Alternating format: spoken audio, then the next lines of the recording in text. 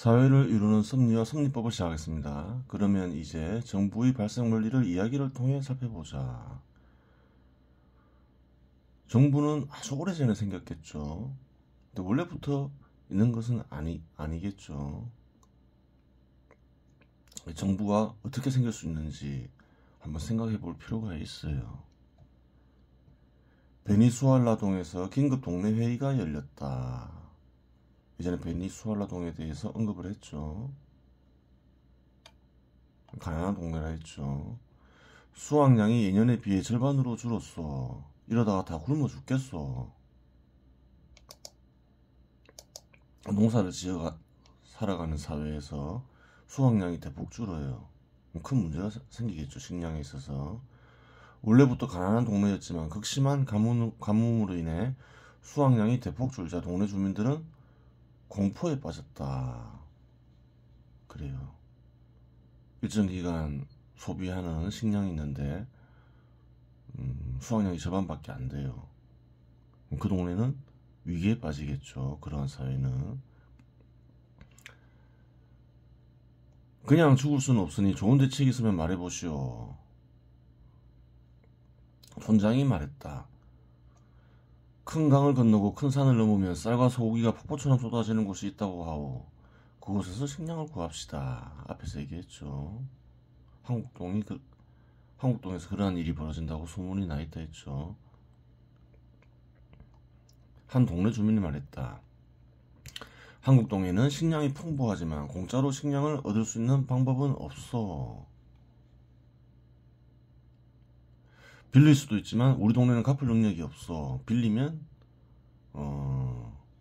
이자도 내야 되고 또 갚아야 되죠.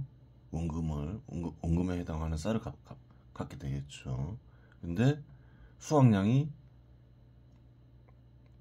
소비하는데 다 쓰여요. 갚을 능력이 없잖아요. 한국동에 대한 소문은 많은 주민들이 알고 있었다. 많은 베니수엘라 주민들이 일자리를 구하러 한국동에 갔고 그들로부터 한국동에 대한 얘기를 들었던 것이다. 그래요. 특히 베니수엘라동 여성들이 한국동에 많이 갔죠. 살롱에 근무하기 위해서. 식량을 구할 방법이 없으니 한국동을 공격해 식량을 빼앗는 것은 어떻겠소. 하지만 한국동에 쳐들어가려면 조선동을 거쳐야 하고 또한 그들이 저항하면 어떻게 한단 말이오. 한 주민이 의견을 제시하자 다른 주민이 말했다. 지도가 있죠. 한국동 위에 조선동이 있고 조선동 위에 베니수엘라동이 있죠. 베니수엘라동 위에 발해동이 있고 베니수엘라동을 한국동 공격하기 위해서는 조선동을 거쳐야 되죠. 그런 문제가 있는 거예요.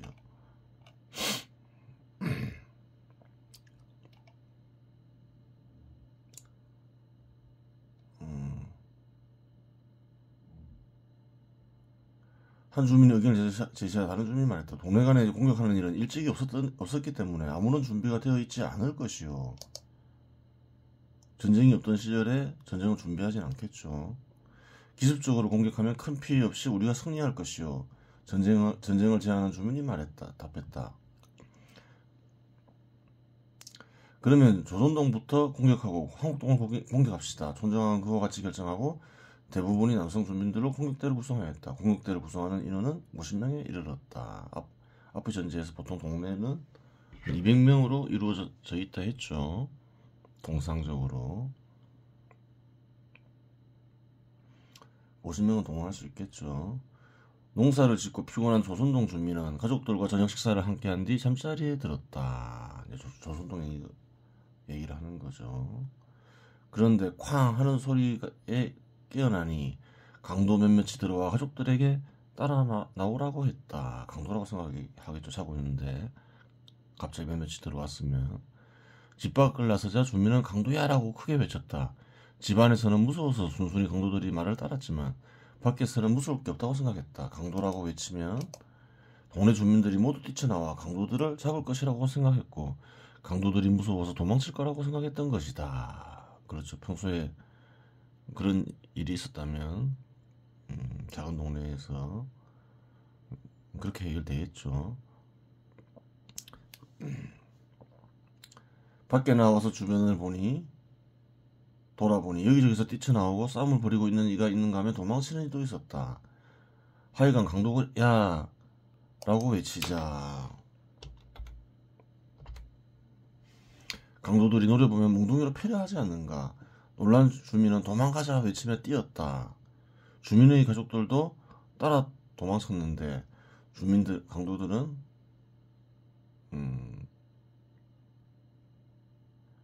도망치는 주민들을 잡으려 하지 않았다.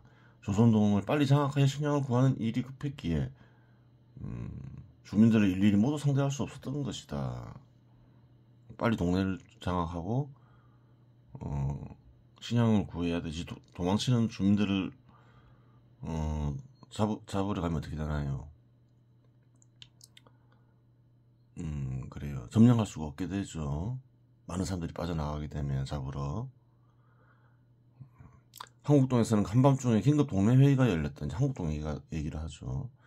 무려 100명에 이르는 조선동 주민들이 한국동에 갑자기 들이닥쳐 강도야라고 외치며 돌아다녔던 것이다. 그래요. 외치며 돌아다녔던 것이다. 회의가 소집되어 주민들이 충분히 모이자 조선동 주민들로부터 조선동에서 발생한 사건에 대한 이야기를 들을 수 있었다. 대규모 강도단이 나타나 조선동을 습격한 사실을 확인한 한국동은 위기의식을 느끼지 않을 수 없었다. 강도단이 한국동을 습격하지 않는다는 보장이 없었던 것이다. 그렇죠. 바로 옆에 붙어있는 조선동을 공격했으니까 다시 한국동을 공격할 수 있잖아요. 긴장하겠죠. 그런 대규모 강도단이 갑자기 어디서 튀어나온 거예요? 그 정도 규모의 강도단이라면 어느 동네인지는 몰라도 동네 주민들 전체가 참여한 것이 틀림없어. 그래 두 명이 아니라 서너 명이 아니라 한 동네를 점령할 정도의 강도단이라면 동네 전체가 참여했음을 쉽게 짐작할 수 있죠. 촌장은 강도단의 습격을 대비하기 위해 동네 주민들에게 무장을 갖추게 하였다. 일단 무장을 갖추어야 되겠죠. 언제 습격할지 모르니까. 목축업자의 도살 도구 중에는 사냥도구도 있었다. 사냥도구의 모양을 본따 동네 주민들은 짝대기에 식칼과 낫을 달아 무장했다. 그래요. 도살 도구는 이렇게 이제 칼이 달려있겠죠. 근데 칼과 창이 되는데 그러면 창처럼 만들겠죠. 식칼을 달아서 만들 수도 있고 짝대기에다가 낫을 달아 만들 수도 있겠죠. 바닥줄로 묶어서.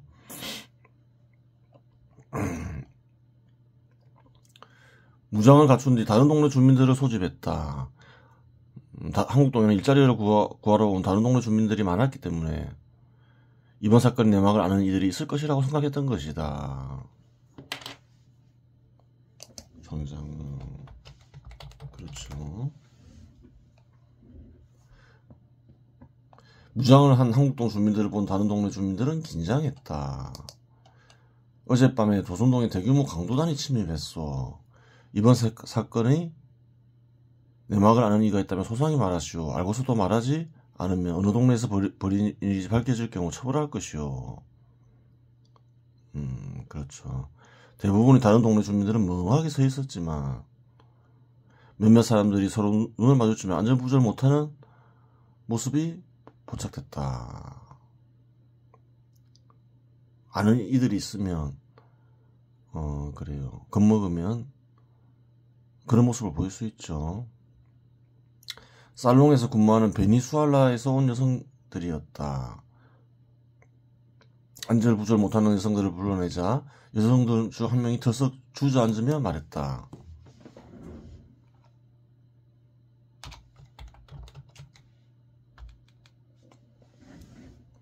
우리 동네 주민들이에요. 저번에 베니수엘라 동을 들렀을 때 아빠가 한국동을 습격할 테니 놀라지 말라고 하였어요. 겁먹으면 실토할 수 있는 거예요. 자기도 모르게. 촌장은 고개를 갸우뚱거리며 물었다. 그러면 조선동은 왜 공격했나? 왜 습격했나? 그건 잘 모르겠어요. 여성이 대답하자 촌장은 비서에게 지도를 가져오라고 했다. 그 지도를 보면 알 수가 있는 거죠. 조선동을 거쳐야지 한국동을 올 수 있겠구나. 지도를 본 촌장은 대규모 강도단이 나타난 사연을 대번에 알 수 있었다. 올해는 흉년이었지. 비축한 쌀이 없는 동네 주민들은 굶어 죽기 쉬워. 우리 동네도 10년 전만 하더라도 보릿고기가 있어 보리가 여물기 전에 굶어 죽는 이들이 있었어. 그래요. 보통 한반도에서는 쌀을 가을에 수확하죠. 그래요. 보리가 여물기 4, 5월 달 되면 이제 먹을 쌀이 떨어지고 이러면 그 전에 수확량이 충분하지 않으면 굶어 죽을 수 있죠. 그게 보릿고개죠. 보리가 수확되기 전에 일어나는 이제 굶주림이죠. 한국동을 약탈해서 위기를 해결하려 했군. 한국동을 습격하려면 조선동을 거쳐야 하니 조선동의 습격도 불가피하지. 이제 내 말을 다 알게 된 거예요. 베니수알라동 여성의 말을 들은 한국동 주민들은 격분하면서도 긴장하였다. 싸웁시다. 한국동을 습격하기 전 우리가 먼저 강도단을 칩시다. 무장만 하고 마냥 기다릴 수는 없어. 그렇죠. 이제 한국동이 목표란 걸 알았으니까 항복하든 싸워야 될 거 아니에요. 재산을 갖다 바치든 그렇게 되는 거죠. 그리고 또 쳐들어온다는 걸 알았으니까 무장하고 있어야 되는데 생업에 종사해야 되는 이들이 마냥 기다릴 수만은 없잖아요. 당연히 그런 말들이 나오겠죠. 여러 말들이 나왔다. 여러 의견들이 제시되었다.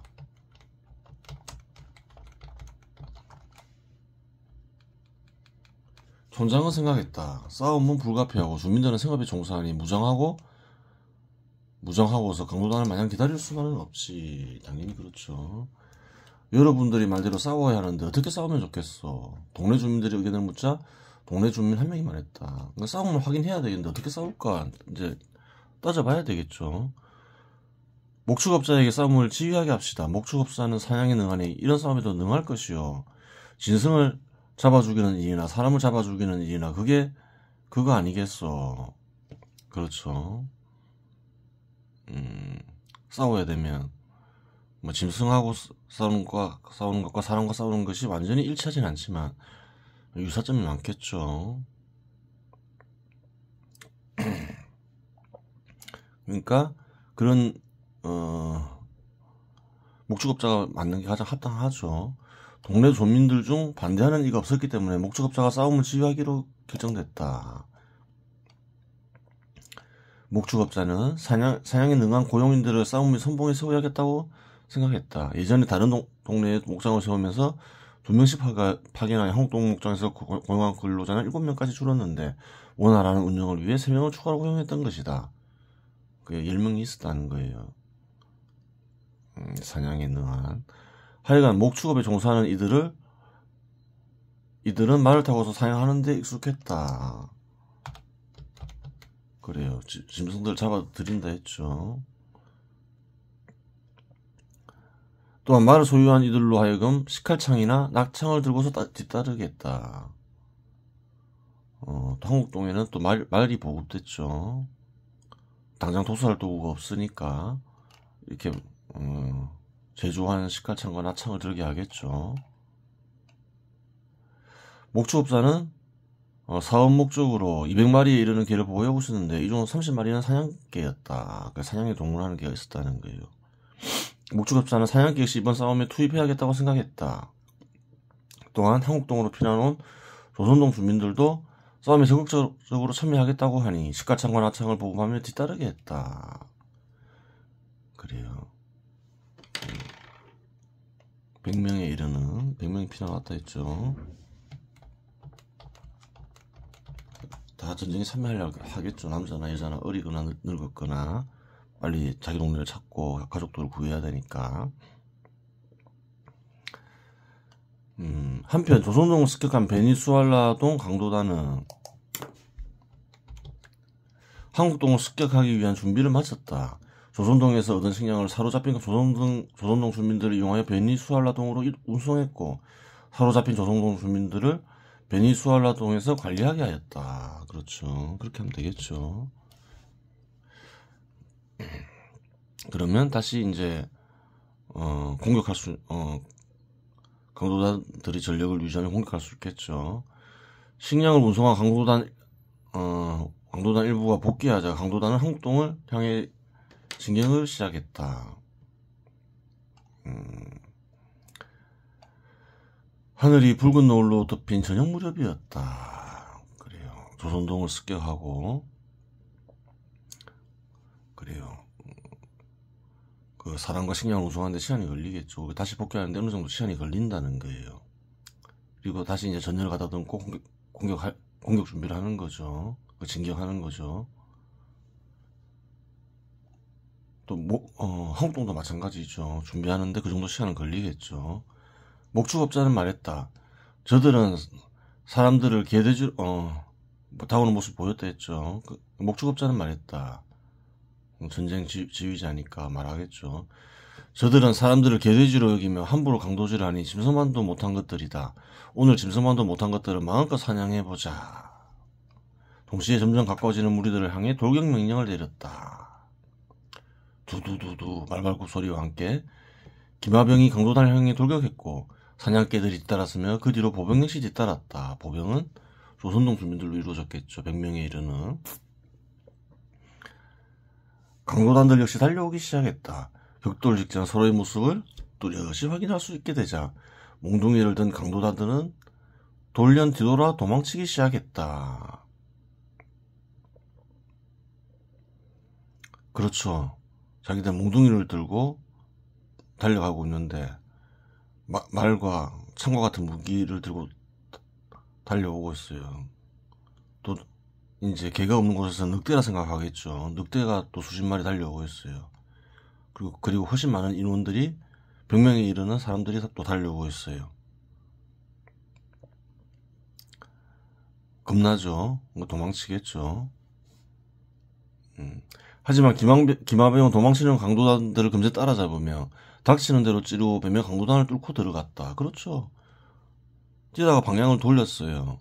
속도가 느리고 또 말의 속도는 빠르죠. 금세 따라잡겠죠.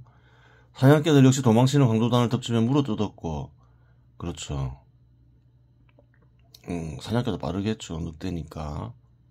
늑대를 그래요. 길들인 거니까.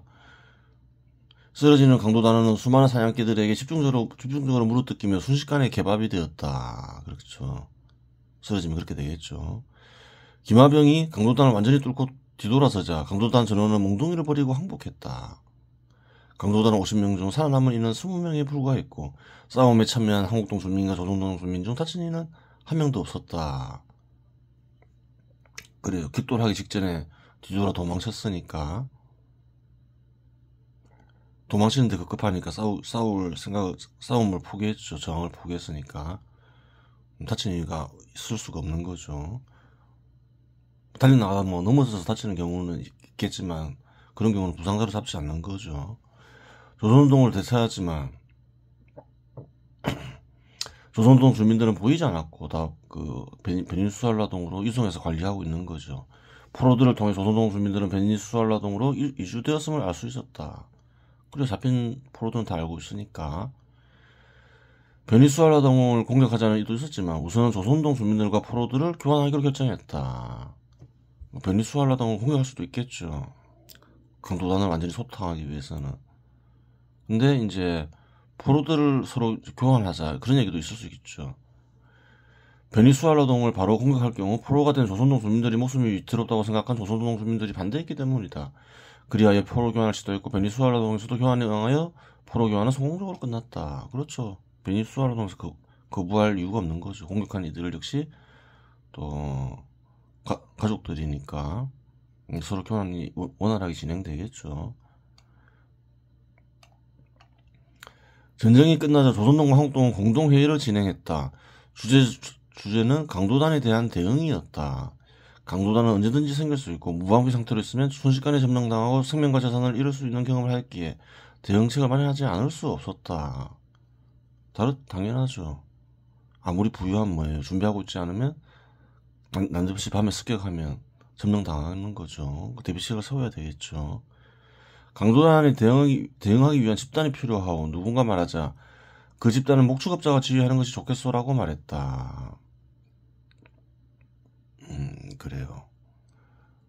전쟁에서 큰 성과를 보였으니 당연히 그런 의견이 지배하겠죠. 모두가 동의했지만 목축업자는 거절했다. 목장은 고기를 팔기 위해 세운 것이지 전쟁하기 위해 세운 것이 아니오라고 말했다. 동네 주민들은 부자인 목축업자가 개인 재산을 투입하여 전쟁을 수행할 집단을 만들어주기를 원하긴 하였지만 개인에게 그러한 책임을 부여해야 하는 일은 무리라고 생각했다. 그렇겠죠. 그리하여 동네 주민들은 소득의 일부를 각출하여 그러한 집단을 만들기로 하고 목축업자로 하여금 그러한 집단을 관리하고 지휘하게 하며 목축업자에게 대가로 매년 쌀 1000kg을 지급하기로 결정했다. 어떤 일을 맡기려면 또 아주 중요한 일을 맡기려면 그만한 대가를 지불해야 되겠죠. 그냥 하나만 안 하겠죠. 한 동네 주민이 말했다. 전쟁은 늘 있는 일이 아니요. 그런데 그러한 집단을 유지하기 위해 소득의 일부를 항상 지불하는 일은 문제가 있어. 그렇죠. 또 언제 일어날지 모르는 전쟁을 위해 그러한 집단을 유지하는 것은 쉽지가 않죠. 그러자 다른 이가 말했다. 인구가 많아지자 각종 범죄가 발생하니 평소에는 범죄자를 잡는 일에 그러한 집단을 이용하면 문제가 없어. 그렇죠. 무장을 갖추고 있으니까 전쟁뿐만 아니라 그래요. 치안도 감당할 수 있는 거죠. 실제로 또 그랬겠죠. 치안 따로, 국방 따로, 어느 정도 사회가 커지고, 그 두 집단을 지탱할 수 있는 능력이 있으면 되는데, 그렇지 못하다면, 통상, 무장하고 있는 국방 기능을 담당하는 이가 또 치안 또한 담당하는 경우가 흔히 있겠죠. 보통 그게 통상적인 일이라고 봐야 되겠죠. 충분히 발전하지 않은 곳에서는. 특히 범죄를 일으키고 다른 동네로 도망치면 잡을 방법이 없어. 그렇죠. 회의에 참여한 이들이 그와 같은 의견에 모두 동의했기에 국방과 치안을 담당하는 집단이 만들어졌고 그 집단은 목축업자가 관리하고 지휘하게 되었다. 그렇게 되는 거예요. 무장을 갖춘 집단은 이제 부담도 되지만 소득 일부를 내야 되니까 또 지배를 당할 수 있잖아요. 그런 걸 만들기가 쉽지는 않겠죠. 그런 걸 만들기 위해서는 그런 것을 스스로 만들 정도의 이유가 있어야 된다는 거예요. 유지하는 것도 마찬가지죠. 무장을 갖춘 집단이 있으면 무장을 갖춘 집단으로부터 뭐라 해야 되나요? 자유에 대한 제한을 받잖아요. 근데 치안과 국방을 담당하는 그러한 집단이 없으면 어떻게 되나요? 더 큰 자유의 침해를 당하죠. 살 수가 없게 되잖아요. 강도가 각종 범죄가 난무하고 또 식민지가 될 위험이 있고 그 전쟁이 일어날 위험이 있고 그러면 생명과 재산을 크게 잃게 되죠. 더 큰 자유를 잃는다는 거예요. 그 말은 무슨 말인가요? 완전한 자유를 포기함으로써 보다 큰 자유를 누리기 위함이죠. 현실적으로 보다 큰 자유를 누리기 위해서 정부가 생긴다는 거예요. 자발적으로. 그래요.